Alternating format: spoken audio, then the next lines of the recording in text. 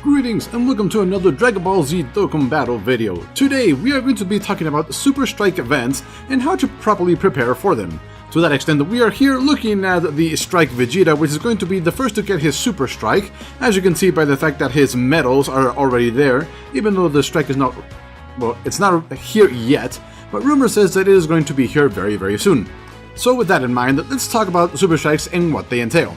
Now, as you can see with what I am showing you currently on the screen, Super Strikes are literally the strike events we've always had, except the difference is that once the character Dokkan awakens into something completely new, their super attack level can have a maximum level of 15.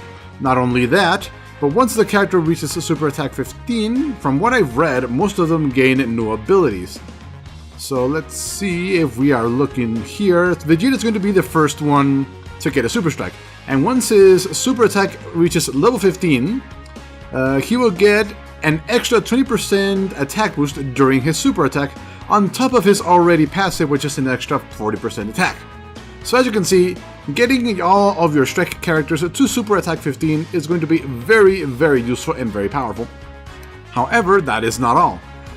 About 5 or 6 months from now, we are going to finally get the legendary rare Goku event. And the final fight during that event has the very strict limitation that you can only use Super Strike characters on your team, including your friend.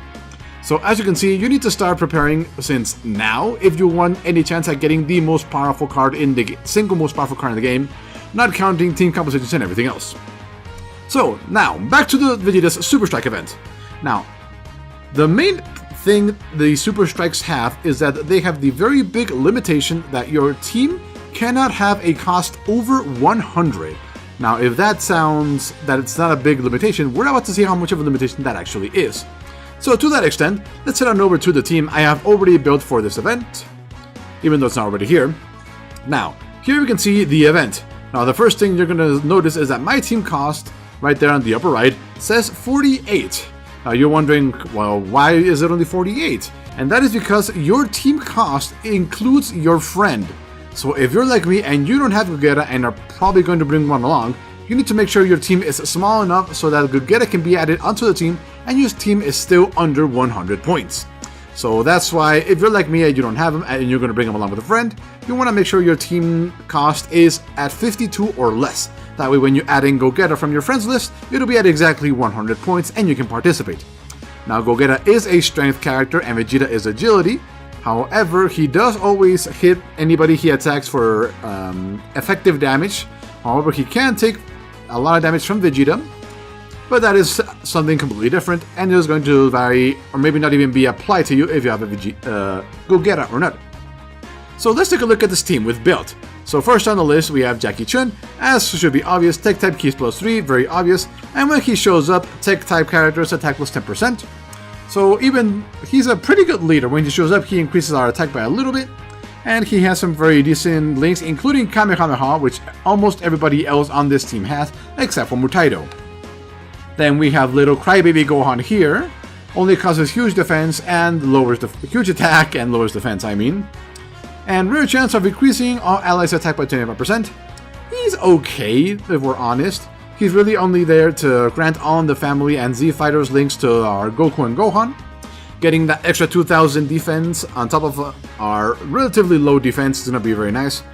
Now, Gotenks Fusion Failure B is definitely a great addition to this team because of his extremely low cost, and the fact that if you get lucky with Fierce, he can do quite a bit of damage. He also has a lot of pretty decent keywords here. So, but the main reason he's here is his very low cost of 6. Then we have Mr. Mutaido here. As we said, huge damage and seals super attack. And when he shows up, attack +50% when HP is 50% or below. So if we get into trouble, he'll hit even harder. So very decent. They're still not maxed out because I still haven't maxed them out yet, but this is right now, this is the weakest card, one of the weakest cards I have. It's actually a rare, but I awakened him. Now he does do huge damage and lowers opponent's defense, and attack +25% when key is 8 or more, so nothing too special, but he does have All in the Family and Z Fighters, which is what we're focusing on in this team. And then we have this little Goku right here. Max super attack because he's easily farmable, rare chance of increasing attack by 100%, we're not going to rely on that, but he has the on the family and Z Fighters keywords. So this is the team I've built. And it did take me a couple of tries to come up with a decent looking team that was under the 52 cost, but this team seems like it'll work. Now, other than this, I cannot really tell you anything more about the event until the event is actually here. However, the new scenario, which is the one we're talking about here, has two phases. One when you face off against the regular Vegeta, and another when you face his new form as a second phase.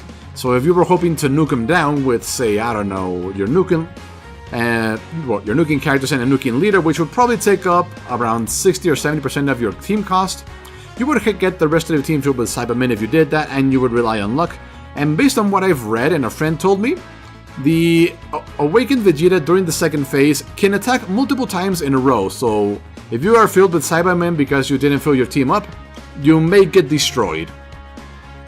Let's see, anything else here? The high difficulty? Nope, that seems to be about it.